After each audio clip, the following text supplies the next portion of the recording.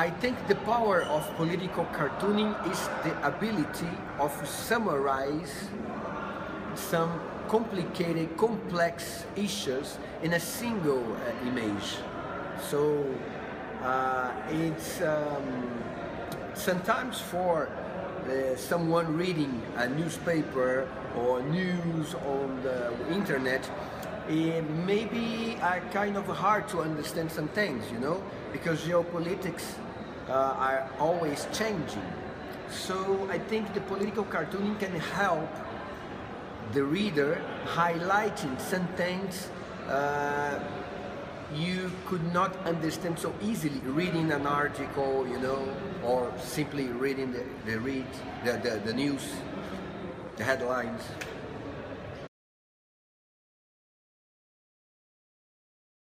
Thanks to the so-called globalization, you know, you have very similar problems. You can see very similar problems. If you go to a Brazilian favela or to a Palestinian refugee camp, you can see very similar situations, you know. And I used to say we have common enemies. So the enemy of the Palestinian is also the enemy of the black, poor, young people in the favelas, or the black people living in the United States, or people live in Middle East or Asia or Africa, you know. So I think that's why it's important to show solidarity to other people, because in the end of the day, we are suffering similar problems from the same enemy.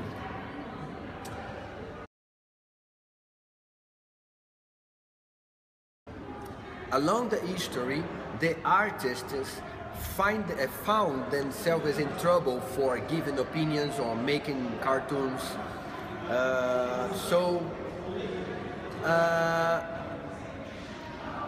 The artists must to learn how to deal with criticism and even with defamation campaigns, because you don't have to agree with my points or agree with my cartoons.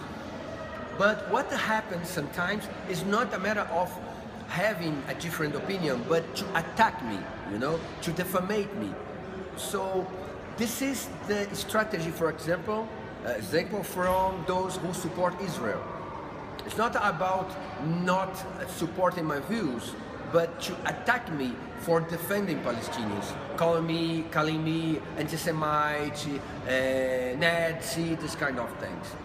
So unfortunately, if you are dealing with politics and art, you must be prepared for this kind of things.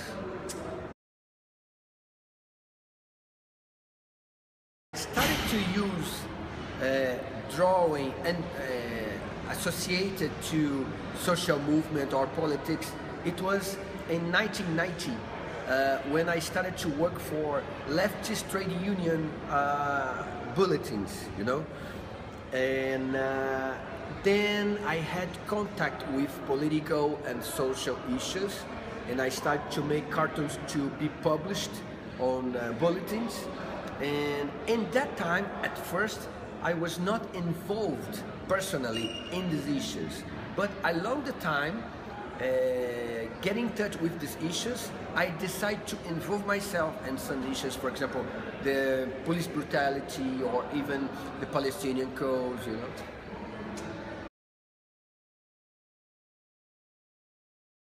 It was good for some people, especially the companies, the government, the very well-known brands like Coca-Cola, Adidas, Nike, etc. But for the ordinary people, I don't see how it could be good, especially for those people living in favelas. Many of them removed to build infrastructure for the cup, you know, and the real estate also profited from the games, you know, building stadiums which after the cup are useless, you know what I mean? And many things, you know, corruption was very active in that time, etc., etc., etc. So in the end, I don't see how the cup benefit the people. Benefit, as usual, a few people, rich people, companies, mainstream media, etc., but not ordinary people.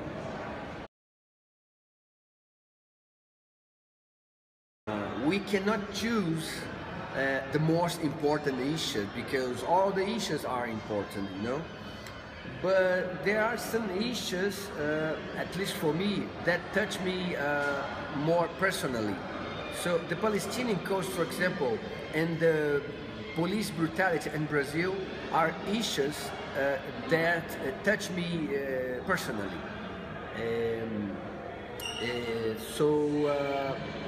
It's not a matter of importance, but the way I perceive this in a more personal level, you know.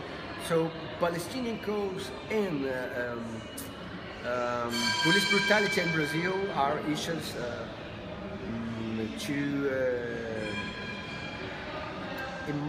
emotional to me.